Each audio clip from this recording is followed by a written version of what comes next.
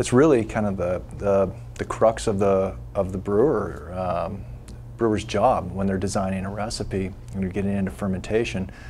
My take on it is that you want to control every single parameter that you possibly can, and so you can completely manipulate this organism to do exactly what you want. So number one is the strength of the wort. And so you know that if you've got a high strength wort, then you're going to be promoting more yeast character out of that beer. It's going to be producing, or it's going to be working through more sugar, more fermentation, but also a higher strength beer puts a little more osmotic stress on the yeast, and so it's going to drive kind of a higher ester profile. Next thing, temperature, incredibly important, and we all know this as brewers, but really manipulating that temperature, you can come up with dramatically different beers.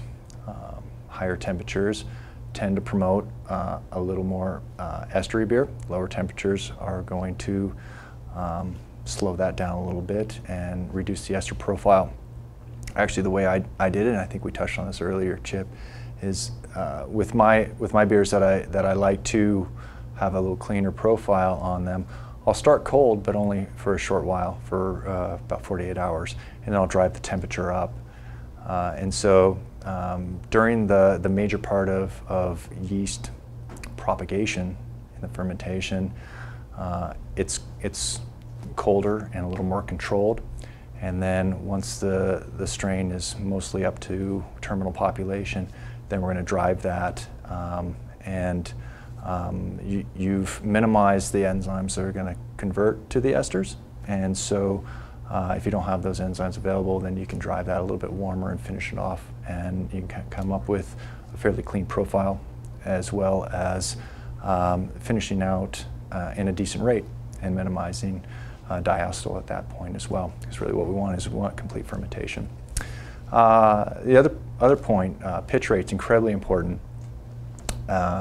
We talked earlier about a range of pitch rates, and for most of my ales, and this really depends regardless of density or specific gravity, I like to pitch fairly high. I like to pitch around 18 million sows per mil. And if I was going to go above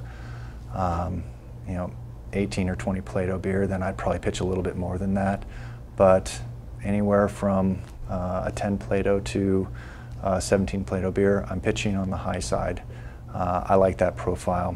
I pitch higher, and you're gonna minimize some of the byproduct. You're gonna get the yeast character, but it's not gonna be out of balance. And I guess my ultimate goal in controlling all this is to come up with a balanced beer. You also mentioned mutation, and typically we're not going to see a lot of mutation, or at least especially within a few generations. If you're harvesting and repitching, you're not going to see a lot of mutation, and especially if you do see a mutation, it's probably not going to come across in the flavor profile.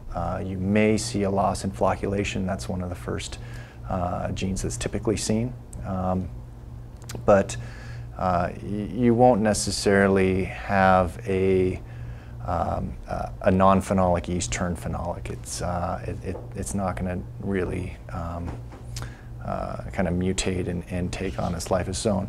That's not to say that over the course of a lot of generations that can't happen, or not necessarily the phenolic side, but you can't kind of, I guess, play God and produce this, this signature yeast.